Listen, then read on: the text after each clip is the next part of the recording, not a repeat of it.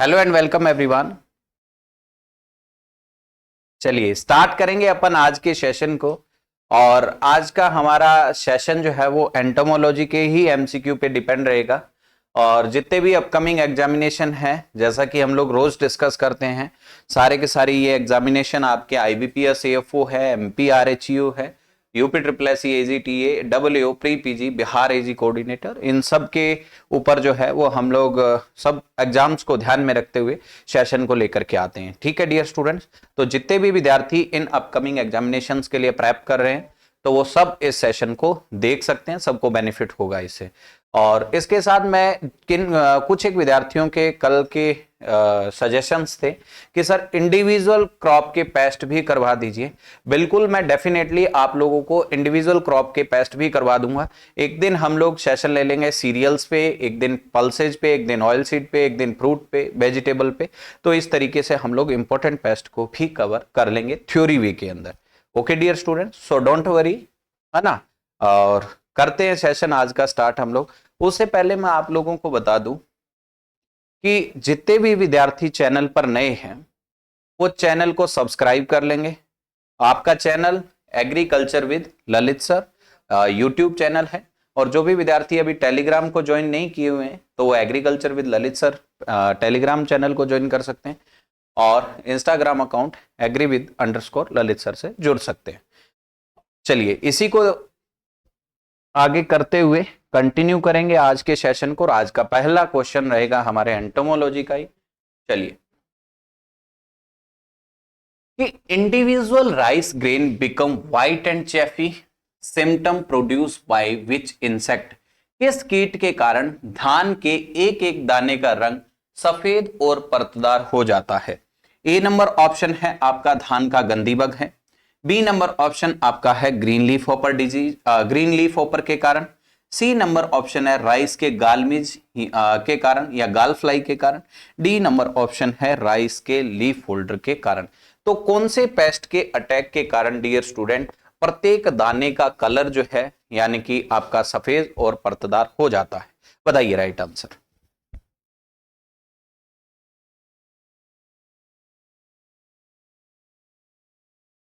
चलिए right answer देंगे सब लोग। भैया ना आप लोग ज्यादा से ज्यादा सेशन को शेयर भी किया करें, मेरे लिए सबसे बड़ा मोटिवेशन यही है। क्योंकि शुरुआत जब हम लोग कोई चीज की करते हैं ना, कंसिस्टेंट वीडियो लेकर के आने के लिए मेरे को सबसे बड़ा मोटिवेशन चाहिए कि आप लोगों के वैल्यूएबल सजेशंस और ज्यादा से नंबर ऑफ व्यू और ज्यादा नंबर ऑफ यानी कि सब्सक्राइबर। सबसे इंपॉर्टेंट बात यही है भाई, ठीक है। तो जितने नंबर ऑफ स्टूडेंट ज्यादा जुड़ेंगे हमारे साथ तो उतना ही मुझे अच्छा लगेगा और आप लोगों के लिए एग्जाम ओरिएंटेड सेशन आपको टाइमली मिलते रहेंगे। चलिए राइट आंसर की बात करेंगे। इसका राइट आंसर जो रहेगा वो आपका कौन सा है डियर स्टूडेंट, यानी कि एक एक दाने का रंग किसके कारण होता है? इंडिविजुअल ग्रेन किसके कारण? राइस के गंदी बग के कारण, है ना। राइस का जो गंदी बग पेस्ट होता है उसके कारण एक एक दाने का कलर जो है वो आपका व्हाइट एंड चेफी हो जाता है। और इसका अगर हम लोग बात करें कि वैज्ञानिक नाम सर क्या रहता है, तो वैज्ञानिक नाम रहता है लेप्टोकोर्सिया एक्यूटा। कौन सा है वैज्ञानिक नाम? क्या रहेगा भाई? लेप्टोकोर्सिया एक्यूटा इसका वैज्ञानिक नाम रहेगा, जिसके कारण एक एक दाने का रंग कैसा हो जाता है? White and chaffy. और इसकी अगर फैमिली की बात करें तो कॉक्सीडी फैमिली है। कौन सी फैमिली है भाई इसकी? कॉक्सीडी इसकी फैमिली है। ऑर्डर की बात करें तो ऑर्डर इसका हो जाएगा डियर स्टूडेंट हेमीप्टेरा। कौन सा हो जाएगा? हेमीप्टेरा इसका ऑर्डर हो जाएगा। राइट आंसर इसका जो रहेगा वो ए नंबर ऑप्शन है। कौन सा ऑप्शन है? राइस गंदी बग का ए नंबर ऑप्शन है। Crystal clear to everyone? Yes और नो? चलिए राइट आंसर रहेगा ए नंबर ऑप्शन। चलो नेक्स्ट क्वेश्चन की ओर बढ़ते हैं। नेक्स्ट क्वेश्चन क्या है? The higher LD50 value indicate the following. उच्चतर LD50 मान निम्नलिखित में से किस चीज को इंगित करेगा?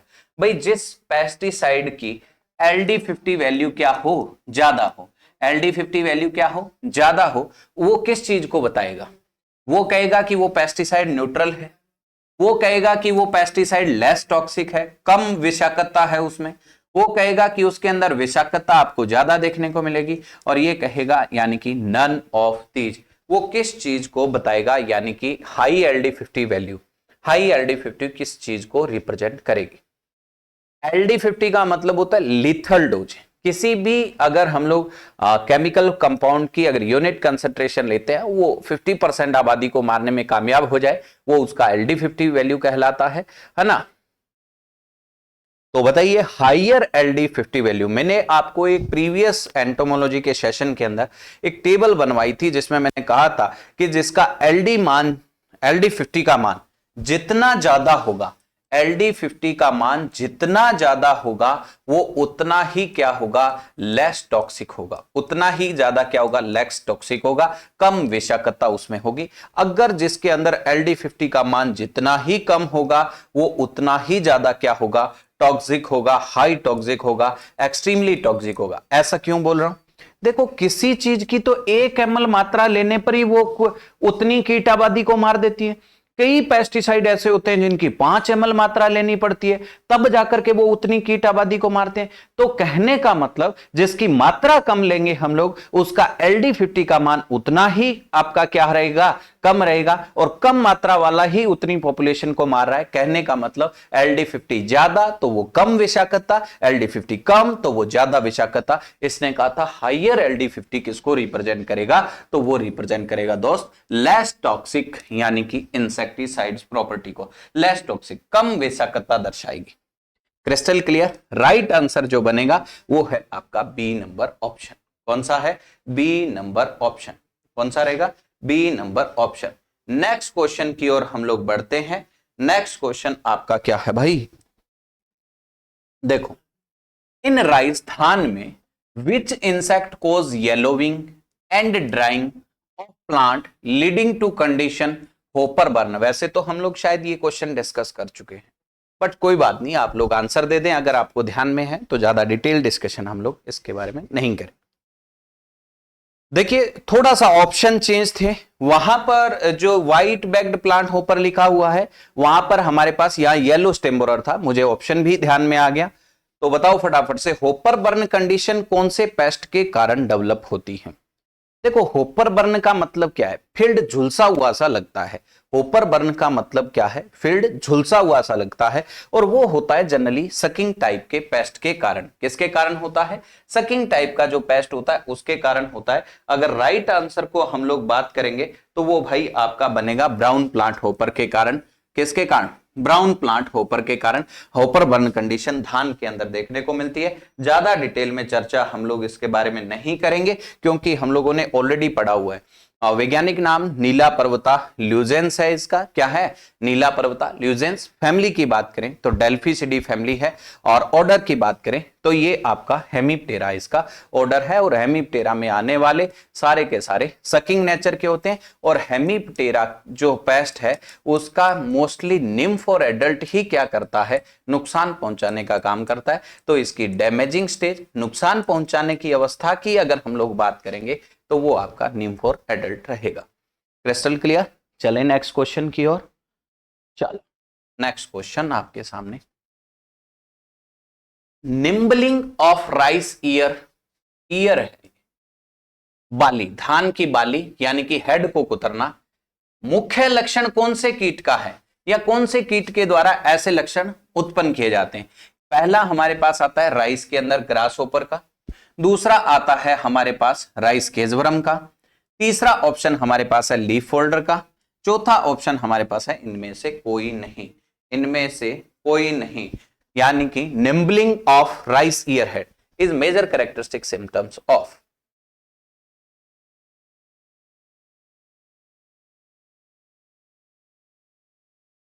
बताइए फटाफट से।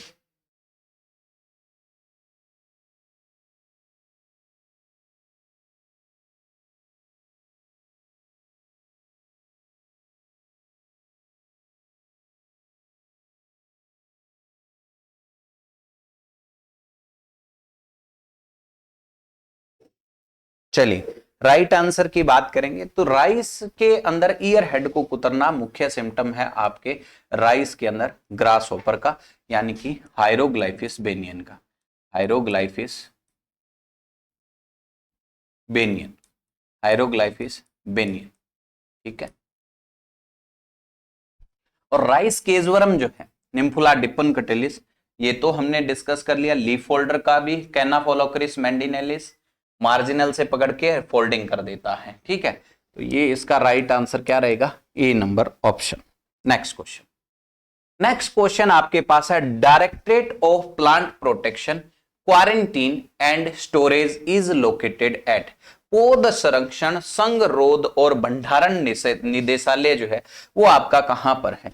ये कहता है कि गाजियाबाद यूपी में है, फरीदाबाद हरियाणा में है, गुरुग्राम हरियाणा में है, नोएडा यूपी में है। बताओ।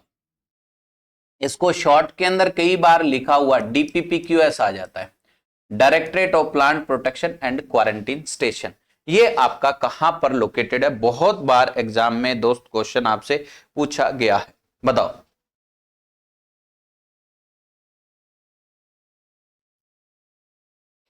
बहुत बार एग्जाम में क्वेश्चन आया हुआ है।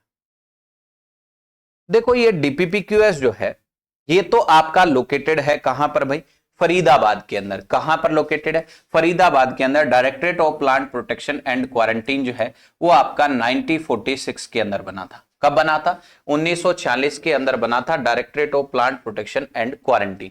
Directorate of plant protection and quarantine जो है वो आपका 1946 के अंदर फरीदाबाद के अंदर बना था। देखो ये हम लोग जब लीगल कंट्रोल पढ़ते हैं, कानूनी नियंत्रण पढ़ते हैं, तब हम लोग इसका जिक्र करते हैं डीपीपीक्यूएस का, directorate of plant protection and quarantine, है ना, स्टेशन, जो आपका 1946 फरीदाबाद। लीगल कंट्रोल के लिए ये संस्थान यानी कि क्वारंटीन लगाने के लिए या क्वारंटीन रूल्स को एप्लीकेबल करने का काम डीपीपीक्यूएस ही करता है। अब ये क्वारंटीन क्या होता है, लिटरली मीनिंग होता है 40 डेज। देखिए ये एक होता है ट्रेड रेस्ट्रिक्शंस होता है, किसी भी कमोडिटी को एक स्थान से अगर दूसरे स्थान पर भेजा जाना है, किसी भी कमोडिटी को अगर एक स्थान से दूसरे स्थान पर भेजा जाना है तो उसके लिए क्या लगा दिया जाता है, एक रेस्ट्रिक्शंस लगा दिया जाता है कि बिना जांच के इस कमोडिटी को एक स्थान से दूसरे स्थान पर नहीं भेजा जाएगा। भेजने से पहले इसकी जांच होगी, जांच होने के बाद फाइटोसैनिटरी सर्टिफिकेट जारी होगा। वो फाइटोसैनिटरी सर्टिफिकेट ये बताएगा कि this commodity is free from any kind of paste and disease, इस कमोडिटी के अंदर किसी भी रोग कीट का आक्रमण नहीं है, इसको आप लोग ले जा सकते हो। नहीं तो हमारे क्या है, बहुत सारे, जब ये लीगल कंट्रोल या क्वारंटीन नहीं था तो उस दौरान बहुत सारे कीट और बीमारियां जो थी वो हमारे यहां पर नहीं होती थी और फॉरेन कंट्री से हमारे यहां पर क्या हो गई थी, इंट्रोड्यूस हो गई थी। यहां पर क्या हो गई थी, इंट्रोड्यूस हो गई थी। इसके कारण आप लोगों का यानी कि लीगल कंट्रोल जो है उसको चलाया गया। तो राइट आंसर इसका बनेगा B number option. Next question, IPM relies on, IPM किस पे हम लोग अप्लाई करते हैं या मोस्टली किस पर डिपेंड रहता है। तो आपका पहला कहता है कि इकोनॉमिक थ्रेशोल्ड लेवल पे रहता है, बी नंबर कहता है टोटल लॉस ऑफ क्रॉप्स पे रहता है, सी नंबर कहता है रेजिस्टेंट पेस्ट के ऊपर डिपेंड करता है, डी नंबर कहता है ससेप्टिबल पेस्ट के ऊपर डिपेंड करता है। तो भाई आईपीएम मुख्यतः डिपेंड किस चीज पे करता है, इंटीग्रेटेड पेस्ट मैनेजमेंट डिपेंड किस चीज पे करता है, फटाफट से बता दो, बहुत इजी सा क्वेश्चन है, बताओ।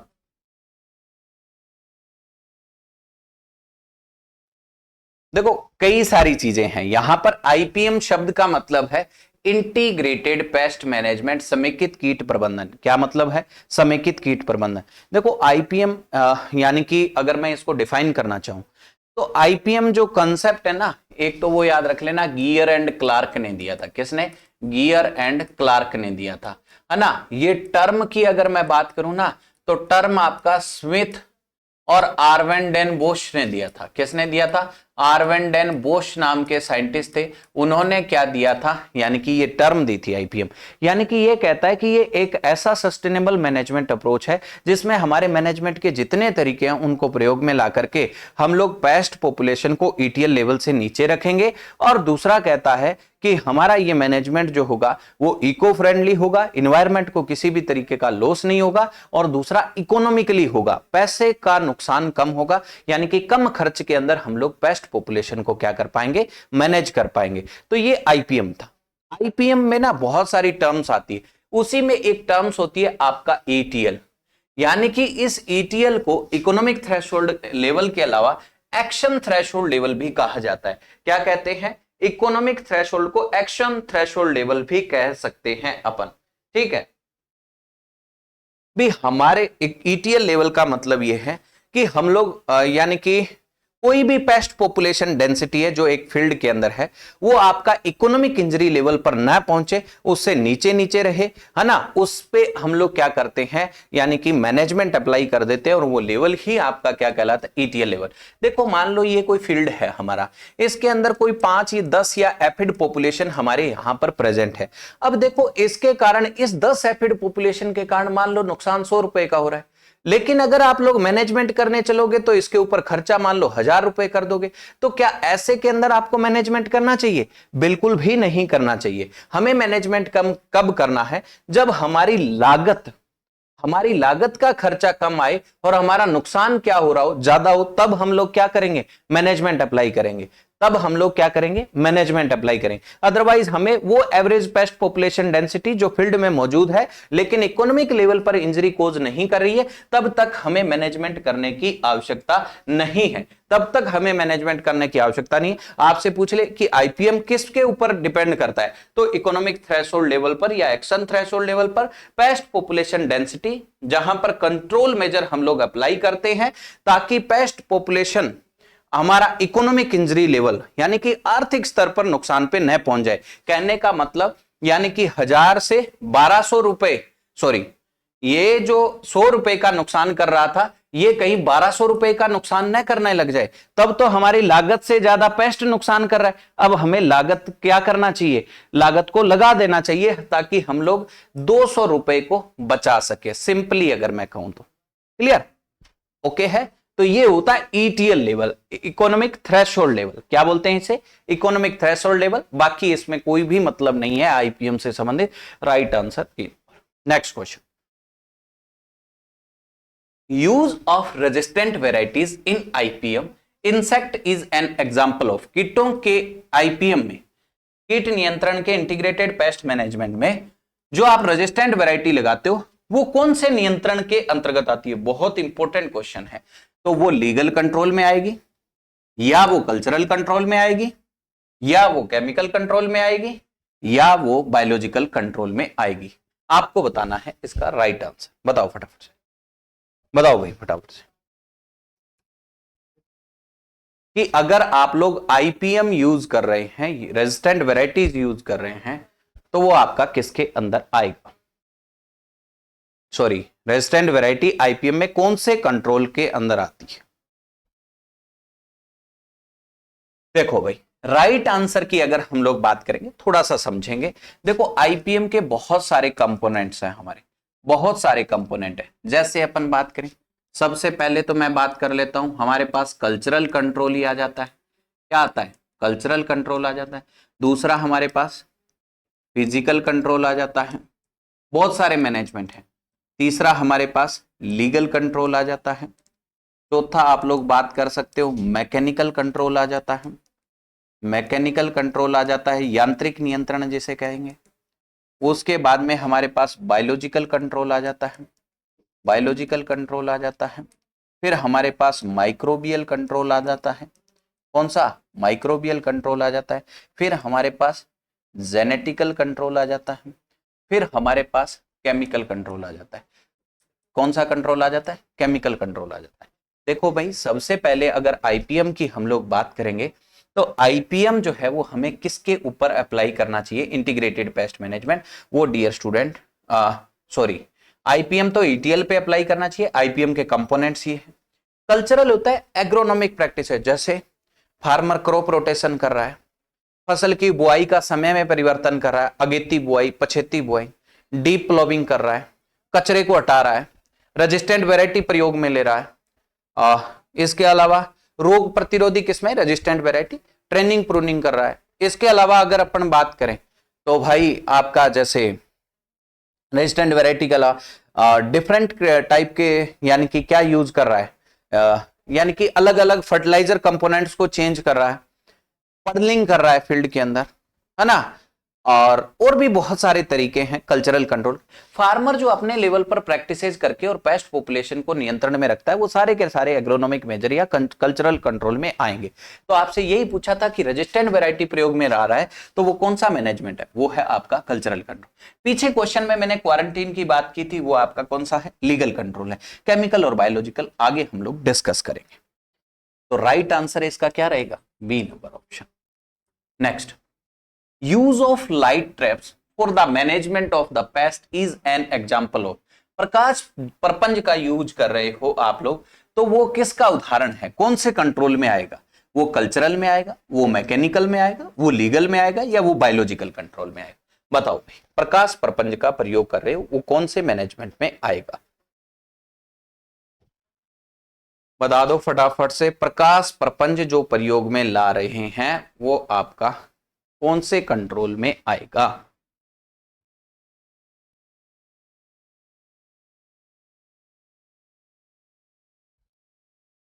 बताओ, बहुत इजी है। देखो भाई, ये सीधा ही क्वेश्चन आता है कि ऐसे ही क्वेश्चन आएंगे आपके कि कौन से मैनेजमेंट का पार्ट है। चलिए सबसे पहले अपन बात करते हैं लाइट ट्रैप्स की, है ना। तो लाइट ट्रैप्स जो है वो आपका कौन से मैकेनिकल कंट्रोल के अंदर हम लोग कंसीडर करेंगे। हम लोग ट्रैप्स सारे के सारे किस में आएंगे, मैकेनिकल कंट्रोल के अंदर आएंगे। किस में आएंगे, मैकेनिकल कंट्रोल के अंदर आएंगे। राइट आंसर बी नंबर है। ठीक है, मैकेनिकल, जहां तो कोई टैक्टिक्स लगा करके हम लोग पेस्ट पॉपुलेशन को मैनेज कर रहे हैं वो आपका मैकेनिकल कंट्रोल में आएगा। देखो, जहां पर जैसे आप लोग पेड़ को हिला रहे, शेंकिंग ऑफ ट्रीज है, ये भी मैकेनिकल कंट्रोल में। फ्रूट को कवर कर देते हो, रैपिंग ऑफ फ्रूट्स कर देते हो अनार की फ्रूट फ्लाई से बचने के लिए, वो भी मैकेनिकल कंट्रोल है। आप फिरोमोन ट्रैप प्रयोग में ले रहे हो, वो भी मैकेनिकल कंट्रोल है। आप लोग क्या कर रहे हो, फिरोमोन ट्रैप के अलावा पिटफॉल ट्रैप काम में ले रहे हो, वो भी मैकेनिकल कंट्रोल है। इसके अलावा आप आयरन रोड का यूज कर रहे हो, हुकिंग कर रहे हो, वो भी आपका मैकेनिकल कंट्रोल है। इसके अलावा और भी बहुत सारे तरीके हैं मैकेनिकल कंट्रोल के। तो भाई ये थोड़ा सा आप लोग गौर कर लेना, मैकेनिकल जहां टैक्टिक्स लग रही। लीगल कंट्रोल हो गया, कल्चरल हमने पहले डिस्कस कर लिया। बायोलॉजिकल कंट्रोल होता है जहां पर हम लोग प्रीडेटर और पैरासिटोइड की हेल्प से, प्रीडेटर और पैरासिटोइड की हेल्प से पेस्ट पॉपुलेशन को मैनेज करते हैं। परभक्षी और परजीव्याम की हेल्प से पेस्ट पॉपुलेशन को मैनेज करते हैं, वो आपका क्या कहलाता है, बायोलॉजिकल कंट्रोल। जैसे प्रीडेटर तो क्या होता है, बहुत एक्टिव होता है, बहुत इंटेलिजेंट होता है, अपने शिकारी से क्या होता है, साइज में बड़ा होता है, उसका कोई स्पेशल ओविपोजिशन जो है वो नहीं होता है ना। इसके अलावा वो क्या होता है, यानी कि बड़ा एक्टिव इन नेचर होता है, नॉट स्लगिश होता है, आलसी नहीं होता है। तो वो क्या करता है, आसानी से उस पेस्ट के ऊपर अटैक कर देता है। जैसे अपन बात करें कोलियोप्टेरा में तो कोक्सिनेला सेक्टम पंक्टाटा है, तो आपका इसका हो गया, है ना। तो बहुत सारे जैसे ग्रीन लेसविंग हो गया, एफिडलोन हो गया, ये सारे के सारे क्या है, प्रीडेटरी तो है, जो साइज में बड़े होते हैं और डिफरेंट पेस्ट पॉपुलेशन के मैनेजमेंट में हम लोग काम में लेते हैं। ठीक है, चलिए। और ट्राइकोग्रामा आपका काइलोनेस है, जेपोनिकम है, ये क्या है, पैरास्टोइड ही तो है, एग पैरास्टोइड है। ठीक है, तो ये आप लोग ध्यान रखना, जहां प्रीडेटर और पैरास्टोइड का प्रयोग करके हम लोग पेस्ट पॉपुलेशन को मैनेज करेंगे, बायोलॉजिकल कंट्रोल में आएगा। राइट आंसर इसका बी नंबर। नेक्स्ट क्वेश्चन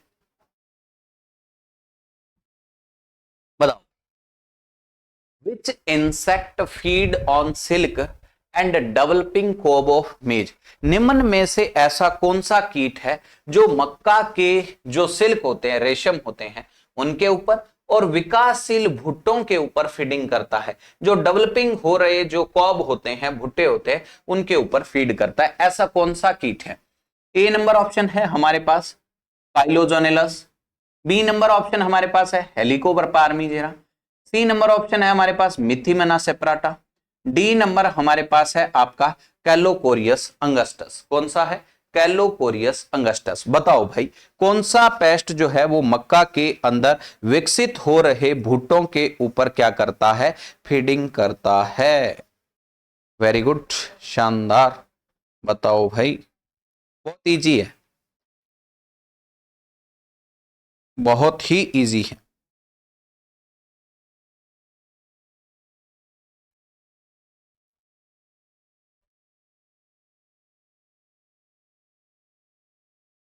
मिथिमना सेपराटा तो नहीं है, जोर्नेलस आपने पढ़ा नहीं है, अब आपके पास है हेलिकोवर्पा आर्मीजेरा। मैंने बहुत जगह आपको डाउट क्लियर किया हुआ है ये वाला हेलिकोवर्पा। राइट आंसर तो इसका हेलिकोवर्पा आर्मीजेरा है।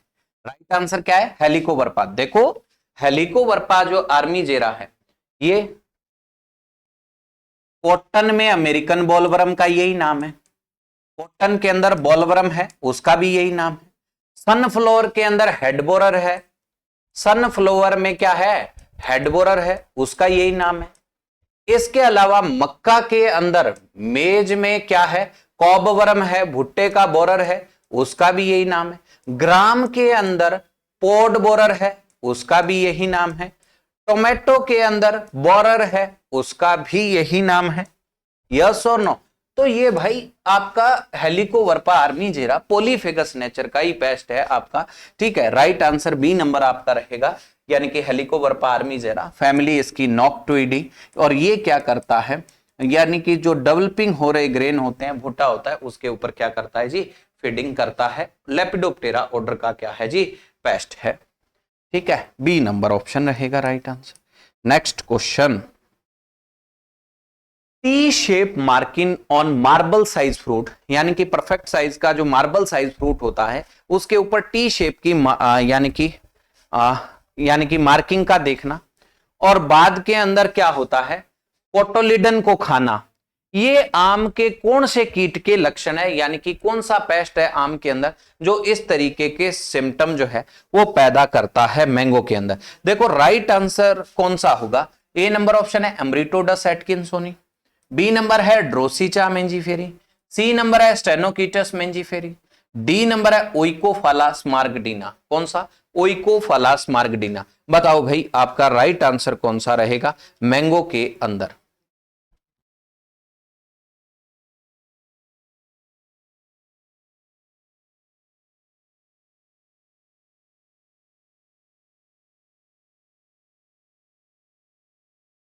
बताओ राइट आंसर। देखो राइट आंसर क्या रहेगा पहले तो अपन बात कर लेते हैं, देखो वन बाय वन ऑप्शन की। देखो एम्ब्रिटोडस एटकिंसोनी है ना। वैसे तो अगर मैं बात करूं तो इसका राइट आंसर, चलो पहले डिस्कस ही कर लेते हैं हम लोग, है ना, फिर ही अपन बात करेंगे। तो राइट आंसर तो इसका है स्टेनोचीटस मेंजीफेरी। अब ये तो बता दो किसका कॉमन नेम है? स्टेनोचीटस जो मेंजीफेरी है वो आपका किसका यानी कि कॉमन नेम है, ये तो बता सकते हो? बताओ। स्टोन वीविल या नट वीविल का? किसका है? स्टोन वीविल या नट वीविल का?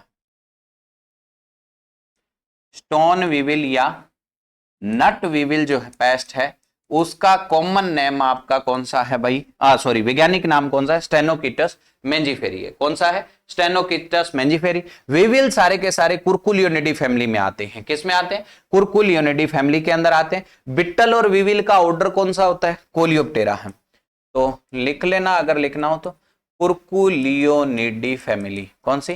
कुरकुलियोनिडी फैमिली। ऑर्डर की अगर हम लोग बात करेंगे तो ऑर्डर हो जाएगा सर इसका कौन सा? कोलियोप्टेरा। कौन सा? कोलियोप्टेरा इसका ऑर्डर हो जाएगा। देखो सबसे पहला पेस्ट हमारे पास कौन सा है? राइट आंसर तो सी नंबर एम्ब्रिटोडस एटकिंसोनी की बात करते हैं। देखो आपने मैंगो के अंदर नाम सुना होगा मैंगो होपर का। क्या होगा? Mango hopper. मेजर पेस्ट ही है मैंगो होपर भी। किसका? मैंगो का, जिसका वैज्ञानिक नाम क्या है? एम्ब्रिटोडस एटकिंसोनी है। फैमिली की बात करें तो फैमिली इसकी कौन सी है? सीसाडिलिडी। सीसाडिलिडी कौन सी फैमिली है इसकी? सीसाडिलिडी फैमिली, मैंगो होपर, एम्ब्रिटोडस एटकिंसोनी। ये कैसा पेस्ट है? सकिंग नेचर का पेस्ट है। तो इसका ऑर्डर कौन सा हो जाएगा? हेमिप्टेरा हो जाएगा। कौन सा हो जाएगा भाई? हेमिप्टेरा हो जाएगा। और मेजर पेस्ट माना जाता है मैंगो के अंदर एम्ब्रिटोडस। इसका दूसरा नाम आइडियोस्कोपस भी होता है। क्या होता है? आइडियोस्कोपस। आपका साइलेपेनिस भी नाम कई बार लिखा होता है, तो आपको घबराने की आवश्यकता नहीं है, वैसे यही नाम आप लोग याद रख लेना। ठीक है, अब नेक्स्ट हमारे पास आता है कौन सा भाई? यानी कि ड्रोसिचा मेंजीफेरी। कौन सा? B number option Drosicha mangiferae. ये मैंगो के अंदर है मिलीबग। कौन है? मैंगो के अंदर मिलीबग है। कौन सा? मैंगो का मिलीबग है। देखो मिलीबग वैज्ञानिक नाम स्टेनोचीटस मेंजीफेरी है। मार्गोरिडी इसकी क्या है? फैमिली है। फैमिली कौन सी है? मार्गोरिडी इसकी फैमिली है। ऑर्डर की अगर हम लोग बात करेंगे तो ऑर्डर इसका कौन सा है? होमोप्टेरा ही है। होमोप्टेरा ही है। होमोप्टेरा या हेमिप्टेरा एक ही बात है। और नेक्स्ट हमारे पास आता है, नेक्स्ट ऑप्शन हमारे पास कौन सा है भाई, ओइकोफालस मार्गडीना, मैंगो के अंदर रेड आंट को बोलते हैं, है ना, चिंटी जो है उसको।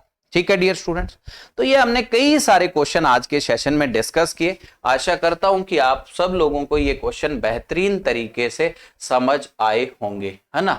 तो जितने भी विद्यार्थी इस सेशन को वॉच कर रहे हैं वो सेशन को लाइक कर देंगे, शेयर कर देंगे अपने दोस्तों में ज्यादा से ज्यादा, है ना, अपने ग्रुप्स के अंदर, और सब्सक्राइब कर लेंगे। आप विभिन्न सोशल मीडिया अकाउंट्स हमारे agri with underscore Lalit sir, agriculture with Lalit sir Telegram accounts, और आपका YT accounts agriculture with Lalit sir के साथ जुड़ सकते हैं। ठीक है, तो अपकमिंग सेशन हम लोग लाते रहेंगे डिफरेंट सब्जेक्ट्स के ऊपर। आप लोगों का अगर हमें अच्छा प्यार मिलता रहा और आप लोगों के हमें सजेशन मिलते रहे, उसके अकॉर्डिंग हम लोग सेशन लाते रहे। ठीक है डियर स्टूडेंट्स, तो बाकी डिस्कस करेंगे हम लोग नेक्स्ट सेशन में। आज के लिए इतना ही। ओके, थैंक यू, मिलते हैं नेक्स्ट सेशन।